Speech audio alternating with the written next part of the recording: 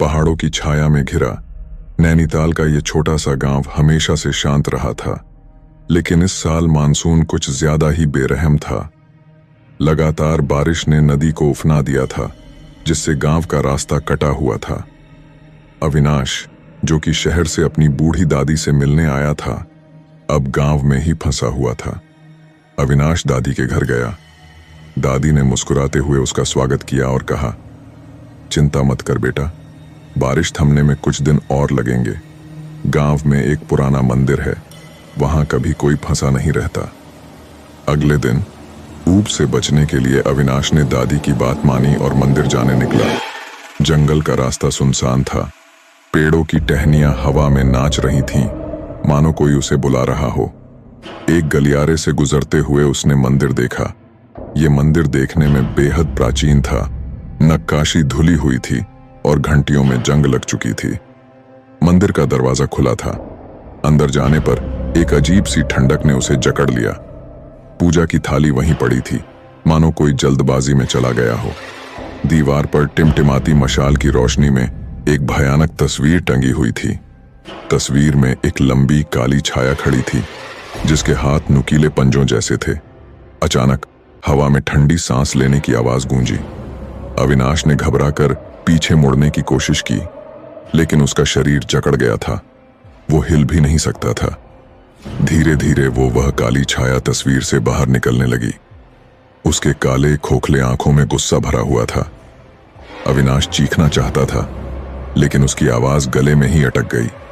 वह काली छाया उसके पास पहुंची और कान में बोली, बाहर मत निकलने देना। अचानक बिजली कड़की और कुछ देर बाद बारिश थम गई। छाया वापस तस्वीर में चली गई और अविनाश का शरीर ढीला पड़ गया। वह लड़खड़ाते हुए बाहर निकला। गांव का रास्ता साफ हो चुका था। दौड़ते हुए वो घर पहुंचा और दादी को सब कुछ बताया। दादी की आंखों में डर था।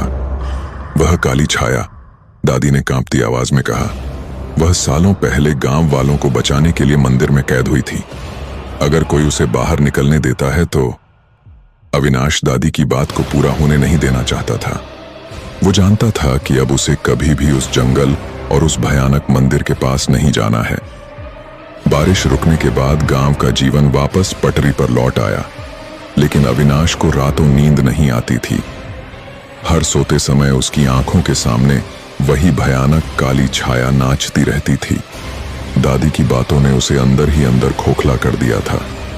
वो जानता था कि उस भयानक शक्ति को मंदिर से बाहर नहीं निकलना चाहिए। अगर कोई गलती से निकाल भी लेता है तो क्या होगा। कुछ दिनों बाद गांव में एक विदेशी दल आया हुआ था। पुराने इतिहास और खोए हुए खजाने की खोज में वो जंगल का रुख कर रहे थे। अविनाश को पता चला कि वो उसी मंदिर की तरफ जा रहे हैं। वो दौड़कर उनके पीछे गया और उन्हें रोकने की कोशिश की, मगर किसी ने उसकी बात नहीं मानी। विदेशी दल मंदिर पहुंचा। उनके आधुनिक उपकरणों से मंदिर की दीवारें हिलने लगीं। आखिरकार एक तेज धमाके के साथ दीवार ढह गई। अविनाश दूर से चीख उठा। उसने देखा कि धूल के बीच से एक काली छाया का विशाल रूप उभर रहा है। उसकी आंखें गुस्से से तलपला रही थीं।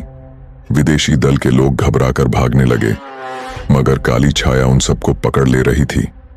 अविनाश जानता था कि अब सिर्फ वही इस भयानक शक्ति को रोक सकता है। दादी की बताई कहानी उसे याद आई। कहानी में दादी ने बताया था कि काली छाया को शांत करने का एक तरीका है, लेकिन वो बेहद खतरनाक है। अविनाश ने हिम्मत जुटाई और मंदिर के पास जाकर जोर से पुकारा, काली छाया, मैं तुम्हें रिहाई देता हूं, लेकिन बदले में तुम गांव वालों को छोड़ दो। काली छाया ने उसकी तरफ देखा और एक भयानक रूप में हंसने लगी। मुझे रिहाई इतनी आसानी से? अच्छा बताओ, इसकी कीमत क्या है? अविनाश ने कांपती आवाज में कहा, मुझे अपनी जगह ले लेने दो, तुम वापस तस्वीर में कैद हो जाओ। काली छाया कुछ देर चुप रही, फिर बोली, तुम्हें पता है तुम क्या मांग रहे हो? तुम हमेशा के लिए अंधेरे में कैद हो जाओगे। अविनाश ने आंखें बंद कर लीं और कहा, मुझे मंजूर है।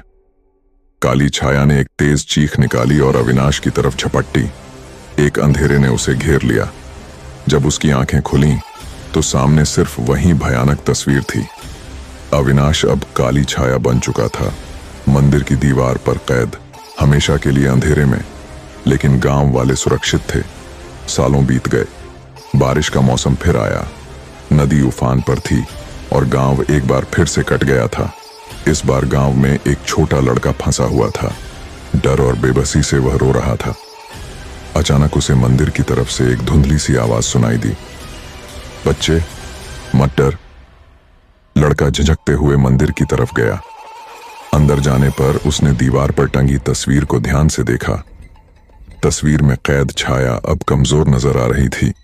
उसकी आंखों में गुस्से से ज्यादा दुख झलक रहा था। आप कौन हैं? लड़के ने पूछा। मैं इस गांव का रक्षक हूं, छाया ने जवाब दिया, लेकिन मेरी ताकत कम होती जा रही है। शायद जल्द ही मैं तुम्हें बचा नहीं पाऊंगा। लड़का समझ नहीं पाया। उसने पूछा, तो आप मुझे कैसे बचाएंगे? छाया ने बताया, बाहर जंगल में एक गुफा है, वहां छिपा हुआ है एक पुराना तांत्रिक ग्रंथ। उसमें मेरी मुक्ति का रास्ता लिखा है। अगर तुम उसे ले आओ तो शायद। लड़का हिम्मत जुटाकर जंगल की तरफ निकल पड़ा। रास्ते में कई मुश्किलें आईं, लेकिन वह हार नहीं माना। आखिरकार उसे गुफा मिल गई और उसने ग्रंथ निकाल लिया। जब वह वापस मंदिर पहुंचा तो छाया बेहद कमजोर हो चुकी थी। लड़के ने ग्रंथ को उसके सामने रख दिया। छाया ने आखिरी बार अपनी कमजोर आवाज में कुछ मंत्र पढ़े। मंदिर में एक चमक उठी। धीरे धीरे दीवार पर से तस्वीर गायब हो गई और छाया एक धुंधली सी आकृति में बदल गई। तुमने मेरी मदद की बच्चे। आवाज अब दयालु थी। इसके लिए शुक्रिया। अब मैं तुम्हें और इस गांव को हमेशा सुरक्षित रखूंगा। छाया की धुंधली आकृति धीरे धीरे गांव के ऊपर फैल गई, मानो एक सुरक्षा कवच उन्हें ढाल दे रहा हो। बारिश थमने के बाद जब बाढ़ का पानी कम हुआ तो गांव वाले हैरान रह गए। उन्हें नदी के किनारे वह पुराना तांत्रिक ग्रंथ मिला। उस दिन से गांव में अजीब सी शांति छा गई। हर साल बारिश के मौसम में ग्रामीण उस मंदिर में जाकर एक दीप जलाते हैं, उस छाया के सम्मान में जिसने अपना बलिदान देकर गांव की रक्षा की थी। और कभी कभी रात के सन्नाटे में हवा में एक धुंधली सी आवाज गूंजती है, शुक्रिया।